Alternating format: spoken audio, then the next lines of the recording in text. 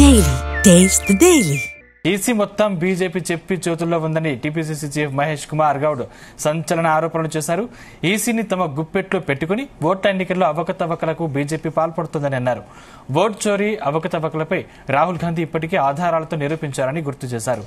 ఇక బీజేపీలో త్వరలోనే బీఆర్ఎస్ విలీనం కాబోతుందన్నారు. అందుకే కిషన్ రెడ్డిని గెలిపించేందుకు సికింద్రాబాద్ లో డమ్మీ అభ్యర్థిని పెట్టారని విమర్శించారు. చనిపోయిన గోపీనాథ్ గతంలో దొంగ ఓట్లు వేయించారంటున్న మహేష్ కుమార్ గౌడ్ తో మా bureau chief Narender face to face. 3 రోజుల్లో జూబ్లీహిల్స్ బైపోల్ జరగబోతున్నట్టు నేపథ్యంలో పొలిటికల్ హీట్ పెరిగింది. మన దగ్గర మహేష్ కుమార్ గౌడ్ గారు ఉన్నారు, పిసిసి అధ్యక్షులు. సార్, ఎట్లా అనిపిస్తుంది మరొక 2-3 రోజులు జరగబోతున్న ఎలక్షన్స్ లో నిన్న ప్రెస్ మీట్ రేవంత్ రెడ్డి పెట్టి దీని వెనుక మొత్తం కూడా బీఆర్ఎస్ బీజేపీ కుమ్మక్కైందని లేదా చాలా రకమైనటువంటి ఆరోపణలు చేశారు. అంత ఫ్రస్ట్రేషన్ తో చేశారని బీఆర్ఎస్ ఆరోపణ. ఫ్రస్ట్రేషన్ ఏముంది? బీఆర్ఎస్ బీజేపీ పార్టీ కలిసే ఉన్నాయని 10 ఏళ్లుగా చూస్తున్నాం కదా. రాష్ట్రపతి ఎన్నికల్లో, ఉపరాష్ట్రపతి ఎన్నికల్లో, స్పీకర్ ఎన్నికల్లో, డిప్యూటీ స్పీకర్ ఎన్నికల్లో, త్రిబుల్ తలాక్ లో, రైతు వ్యతిరేక చట్టాలకు కూడా మద్దతు ఇచ్చినారా లేదా బీఆర్ఎస్ ఎంపీలు? కేంద్రంలో జరిగిన ప్రతి పరిణామంలో బీఆర్ఎస్ పాత్ర ఉంది. ఇలా మాకు పొత్తు లేదంటే ఎట్లా? బాటంగా చెప్పండి. చీకటి సంసారం ఎందుకు?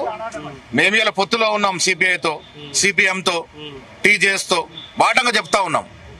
మీరు దొంగసాటు సంసారాలు చేసి ప్రజల్ని మభ్యపెట్టే ప్రయత్నం చేస్తే ప్రజలు నమ్మరు. బీఆర్ఎస్ పార్టీ బీజేపీ పార్టీలో విలీనం అవుతుంది, మాకు పక్కా సమాచారం ఉంది. మాకు త్వరలోనే వాళ్ళు విలీనం అవుతారు. లోపాయకర ఒప్పందంలో ఉన్నారు, వారు సహాయ సహకారాలు తీసుకుంటా ఉన్నారు. వీళ్ళు ఎందుకు కిషన్ రెడ్డి గారు ఇక్కడ వీకెస్ట్ క్యాండిడేట్ పెట్టినాడు? ఎవరికి సపోర్ట్ చేయడానికి వీకెస్ట్ క్యాండిడేట్ పెట్టినాడు? అర్థమవుతోంది కదా. లోపాయికార్కే బీఆర్ఎస్ సపోర్ట్ చేయాలి. ఎందుకు? గతంలో లోపాయికార్ సపోర్ట్ తీసుకునే కిషన్ రెడ్డి గెలిచినారు. దాన్ని ప్రతిఫలం ఇవ్వడానికి వాళ్ళు రూపాయికారిగా బీఆర్ఎస్ కి సహకారం చేస్తా ఉన్నారు. బ్యాడ్ బ్రదర్స్ అన్ని నిన్న చేసినటువంటి వ్యాఖ్యలు అనేది అటు బీజేపీ గానీ మిగతా వాళ్ళందరూ కూడా కామెంట్ చేస్తున్నటువంటి పరిస్థితి ఉంది. ఇదంతా కూడా ఫ్రస్ట్రేషన్ తోనే సీఎం రేవంత్ రెడ్డి ఉంది. గతంలో ఏనాడు సీఎం ప్రచారానికి రాలేదు, ఒక బైపోల్ కి రాలేదు. కేసీఆర్ గారు ఎన్ని చోట్ల ప్రచారం చేశారు? మర్చిపోయారా ప్రజలు? అరే, ఇంట్లో కుటుంబంలో సభ్యుడు చనిపోతే వారికి వినానం చేయాల్సిన ఆచారాన్ని, ఆనవాయితీని తెంపింది ఎవరు? పీజీఆర్కి వ్యతిరేకంగా క్యాండిడేట్ పెట్టింది ఎవరు? ఇవన్నీ ప్రజలు మర్చిపోలేదు. కేసీఆర్, కేటీఆర్ ఎన్ని జిమ్మిక్కులు వేసినా ప్రజలు మళ్లీ వారిని ఆదరించరు. రాష్ట్రాన్ని అన్ని విధాలుగా దోచుకున్న పార్టీని మళ్లీ ప్రజలు ఆదరిస్తారని అనుకోవట్లేదు. ఇలా కిషన్ రెడ్డి గారు గాని, కేటీఆర్ గాని ఈ రాష్ట్రానికి వస్తున్న అభివృద్ధి గాని సంక్షేమంగా నిరోధిస్తున్నారు. అందుకే ముఖ్యమంత్రి ఆ విధంగా సర్వేలన్నీ కూడా బీఆర్ఎస్ అనుకూలంగా ఉన్నాయి, సానుభూతికి అనుకూలంగా ఉన్నాయి. దొంగ సర్వేలు వారు డబ్బులిచ్చి సర్వేల్ని ప్రచారం చేసుకొని మేమేదో గెలుస్తున్నామని జబ్బలు కొట్టుకుంటే దాంట్లో ఏం ఒరిగేది లేదు.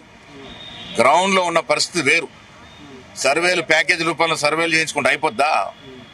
ప్రజలు న్యాయ నిర్ణేతలు వారు సరైన టైంలో. ఓట్ చోరీ అని మీరంతా కూడా చెప్పారు, తమ ప్రెస్ కాన్ఫరెన్స్ లో కూడా మాట్లాడారు. కానీ రాష్ట్రంలో ఓట్ చోరీ పాల్పడింది కాంగ్రెస్ పార్టీ, దాని మీద విచారణ చేయాలి. ఎలక్షన్ కమిషన్ కూడా బీఆర్ఎస్ పార్టీ. పోయిన 10 ఏళ్ళ అధికారులు ఉంది ఎవరు? ఓట్ చోరీకి పాల్పడింది ఎవరు? జిహెచ్ఎంసీలో ఆనాడున్న సోమేష్ కుమార్ కాదుగా ఓటు తీసేసింది. ఇలా జూబ్లీహిల్స్ లో దివంగత గోపీనాథ్ గారు దొంగ ఓట్లు తీసుకోలేదా? ఇవన్నీ జరుగుతున్నాయి.